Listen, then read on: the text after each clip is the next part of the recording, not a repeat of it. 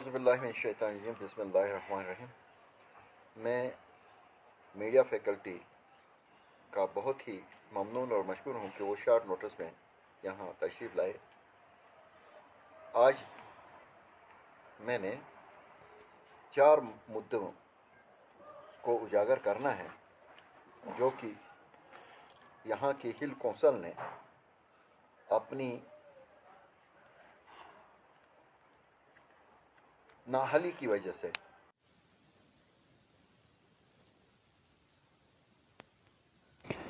आप देख रहे हैं कि हमारी जो बच्चियाँ और बच्चे श्रीनगर और जम्मू के मुख्तलिफ हॉस्टल्स में पढ़ रहे हैं, वहाँ पानी और बिजली की कनेक्शंस काटी गई हैं।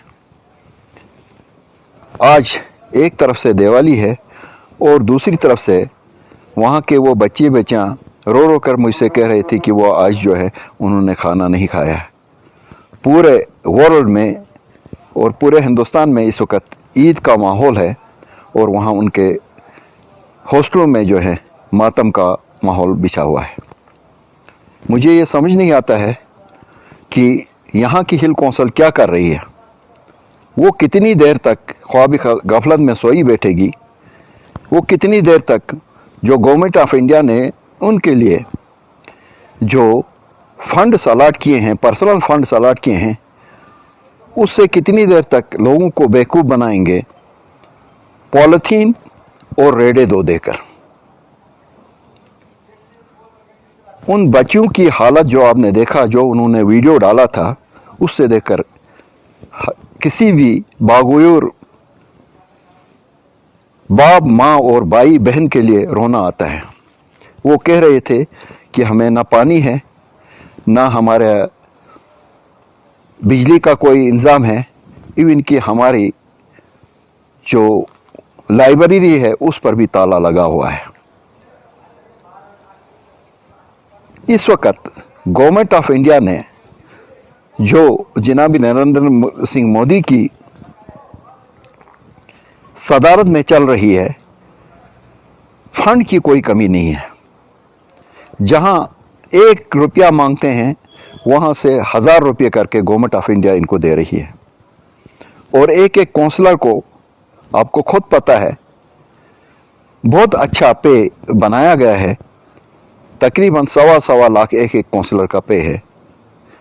अगर इन काउंसलरों को थोड़ा सा शर्म होती, वो कंट्रीब्यूशन करके अपना एक एक महीने का पे जो है देकर भी इन बच्चों का जो बिल है, जो इस हॉस्टल्स का बिल है, वो पेमेंट कर सकते थे।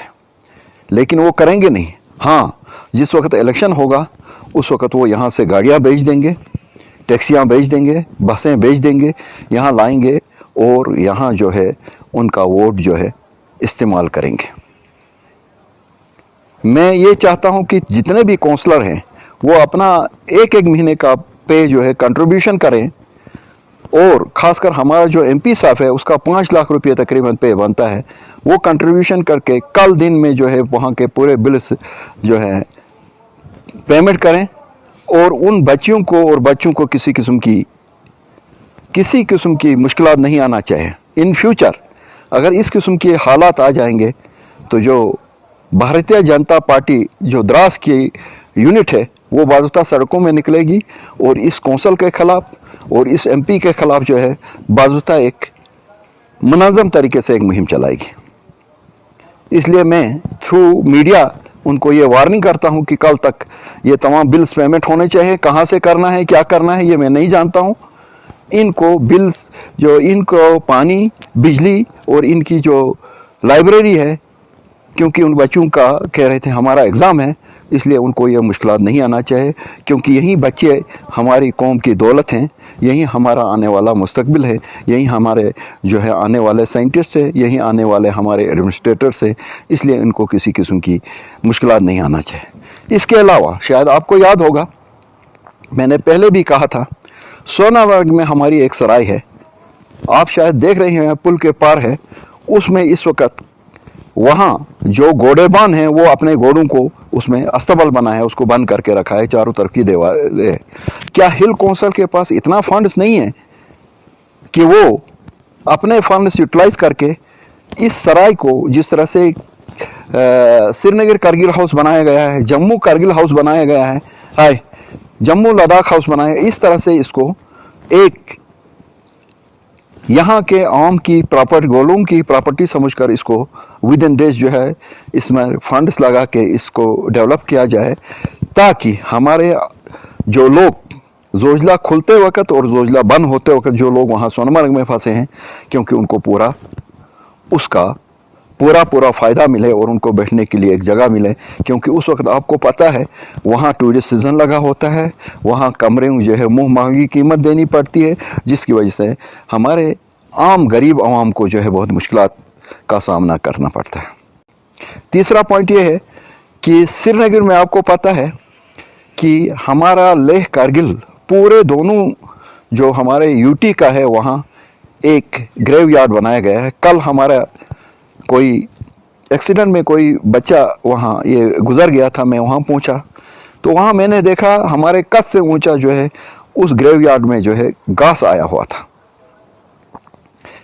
क्या फ़र्क पड़ गया, कारगिल हाउस का जो हमारा चौकीदार है, जो वहाँ हमारे स्वीपर से, जो हमारे वहाँ एडमिनिस्ट्रेटर से, अगर वो हर 15 दिन के बाद उस ग्रेव यार्ड की सफाई करेंगे, क्योंकि मरना उन्होंने भी है, हर किसी ने मरना है, उसको कम से कम एक सही मायने में एक ग्रेव यार्ड की सूरत में रखा जाए। उसके साइड में दूसरी तरफ से भीमना वालों का ग्रेव यार्ड है, उसको इतनी खूबसूरती से सजाया गया है, हाय देखने वाले का दिल खुश होता है।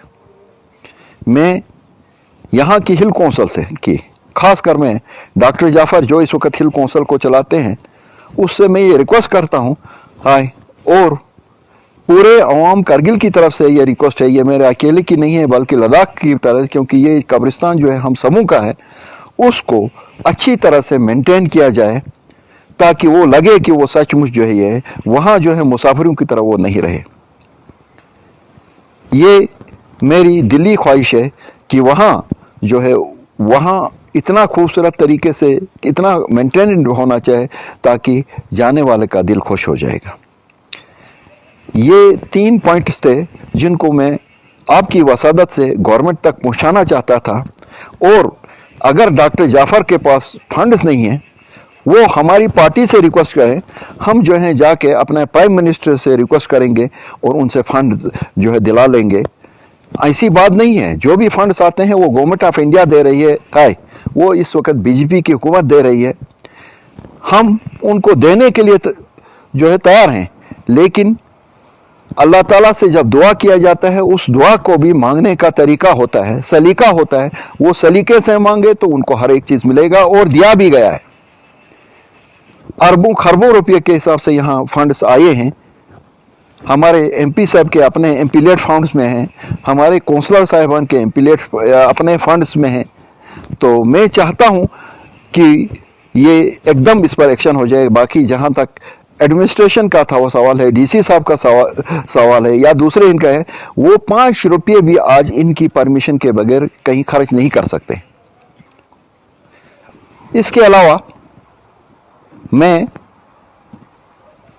द्रास जो एक हिसाब से नेशनल हाईवे पर है, आपको खुद पता है, हम बार बार इनसे रिक्वेस्ट करते हैं कि हमारा जो ट्रॉमा अस्पताल है उसमें एनेस्थीसिया वाला होना चाहिए, उसमें बाकी जो सर्जन्स हैं, जो हर किसी चीज़ के सर्जन्स हैं, वो वहाँ होना चाहिए। रोना तो ये है, कल वहाँ एक एक्सीडेंट हो गया आज से कुछ दिन पहले, जिस वक्त पेशेंट को वहाँ लाया गया 2 घंटे वहाँ 2 घंटे उस पेशेंट को रखा गया, क्योंकि भाई हमने पावर की कनेक्शन देना है एक्सरे मशीन में या दूसरी मशीन में। पहले तो उसको सही तरीके से चलाने के लिए आदमी है ही नहीं, वहाँ एक ही एक्सरे बॉय है, जो वहाँ 2 थे, एक को जांस्कार भेजा गया। उस वक्त भी मैंने सीएमओ साहब की नोटिस में लाया था, उस वक्त भी मैंने अपने डायरेक्टर हेल्थ की नोटिस में लाया था, उन्होंने कहा था हम इसके बदले आपको सब्सिट्यूट देंगे। अब वहाँ एक इंसान है जो 24 घंटे जो है वहाँ रहता है। इसके अलावा रोना यह है कि उस अस्पताल की यह हालत है, वहाँ स्टिचिंग के लिए उनके पास सुई नहीं थी, वो जो है उनको वहाँ मिली नहीं, शायद बाद में कहीं बाजार से लाया और 2 घंटे के बाद जो है कारगिल रेफर किया गया। ये अगर हमारी हालत इस वक्त गर्मियों में है, सर्दियों में हमारा क्या होगा? तो ये हमने एडमिनिस्ट्रेशन से बार बार रिक्वेस्ट की थी, सीएमओ साहब से रिक्वेस्ट की थी कि भाई वहाँ जो है हर एक फैसिलिटी लेना चाहिए, इसमें कुछ भी हो सकता है, क्योंकि नेशनल हाईवे है और इस वक्त जो है पता नहीं किस तरह से परमिशन दिया गया है। बहुत लंबे लंबे ट्राले आ रहे हैं जिसमें किसी किस्म का कोई झंडा नहीं लगा होता है, हालांकि होना तो चाहिए था। हर जगह से जो है उसके दाएं बाएं से रेड जो है झंडे लगे होने चाहिए थे, ताकि दूर से आदमी को पता चलता है ये ट्राला है। उन ट्रालों की वजह से वहाँ आम एक्सीडेंट्स होते हैं, वहाँ ही नहीं पूरे लद्दाख रीजन में ये एक मसला बन गया है। इसके साल शहीद हो गई थी। उस वक्त हमें हमारे गवर्नर साहब ने, हमारे डीसी साहब ने, हमारे एसपी साहब ने हमको ये श्योरिटी दिया था कि भाई यहाँ एक फायर सर्विस स्टेशन खोला जाएगा। एक गाड़ी तो हमारे उस वक्त के एसपी साहब ने ये हमें वादा दिया था, एक गाड़ी में पुलिस के थ्रू, पुलिस की आईजी साहब से कहकर मैं वहाँ आपको एक गाड़ी रखाऊंगा। लेकिन बदकिस्मती की बात है, आज से 3 दिन पहले वहाँ जहाँ हमारा वाटर पॉइंट है उस जगह एक मकान को आग लग गया। और हम बड़े ममनून और मशकूर हैं अपनी इंडियन आर्मी की, उन्होंने बराकत आके उस आग को बुझाया। नहीं तो आपको पता है आज हमारे मकान भी जिस तरह से श्रीनगर के मकान होते हैं, बड़े इसमें बड़ा रंग लगा के, बड़ा ये रोगन लगा के ये किया गया, जिसमें मामूली सी आग की तेली लगती है तो पेट्रोल की तरह जो है फैल जाता है।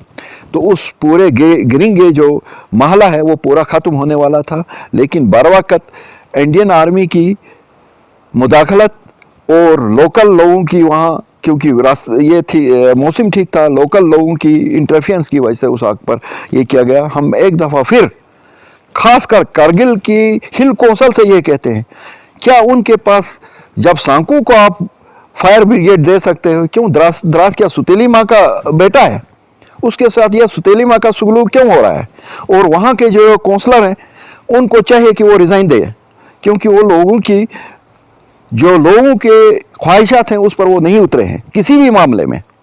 चाहे वो फायर सर्विस का सवाल है, चाहे वो अस्पताल की मेंटेनेंस का सवाल है, चाहे वो स्कूलों का इसके सवाल है। और हिल कौंसल यहाँ की सिर्फ लगी हुई है मुलाजिमों की ट्रांसफ़र के लिए। आपको मैं थ्रू मीडिया कहना चाहता हूँ, परसों एक हमारे लेबॉर्ट्री बियरर की ट्रांसफ़र हो गई जो 11 साल के बाद हो गई थी, और सीओ साहब ने ऑर्डर किया, 2 घंटे के बाद हमारे सीसी साहब की वहाँ से इंटरफेरेंस हो गया, उस ऑर्डर को रोका गया। जो दूसरा बंदा था वो भी तकरीबन 12 साल से बैठा हुआ था। 12 साल से बैठकर भी ये अपने आदमियों को, यानी कांग्रेस हो या एनसी के आदमियों को, उसको आगे पीछे करने की ये नहीं चाहते हैं। मैं मीडिया के थ्रू गवर्नर इंतजामिया से ये करता हूं कि वो बाजुता एक लिस्ट ले लें और उसको देखें कि जो गवर्नमेंट की पॉलिसी हर 2 साल के बाद ट्रांसफ़र होना चाहिए वो क्यों नहीं हो रहा है। और मैं ये कहूँगा कि यहाँ के सीओ साहब को और हमारे डायरेक्टर स्कूल एजुकेशन को, या कोई भी डायरेक्टर हो, उसको फ्री हैंड दिया जाए इन ट्रांसफ़रों में, वो अपनी तरफ से मुँह करें। और अगर कहीं कुछ गलत होता है तो इन सीओ, इन डायरेक्टरों को ही आड़े हाथ लिया जाए कि भाई उन्होंने क्यों किया, क्योंकि ये कानून से बढ़कर वो नहीं है। क्योंकि कानून में जब 2 साल की ट्रेनर रखा गया है, किसी को 12 साल से रख कर फिर बाद में ट्रांसफ़र हो गया, तो घंटे में चेंज कैसे हो गया? इस बारे में मैं कहूँगा कि विजिलेंस कमिश्नर आके देख ले ये मसला क्या हो गया है, और जो भी अफसर इनमें इन्वॉल्व हैं उनके खिलाफ बाज़ाब्ता FIR होना चाहिए।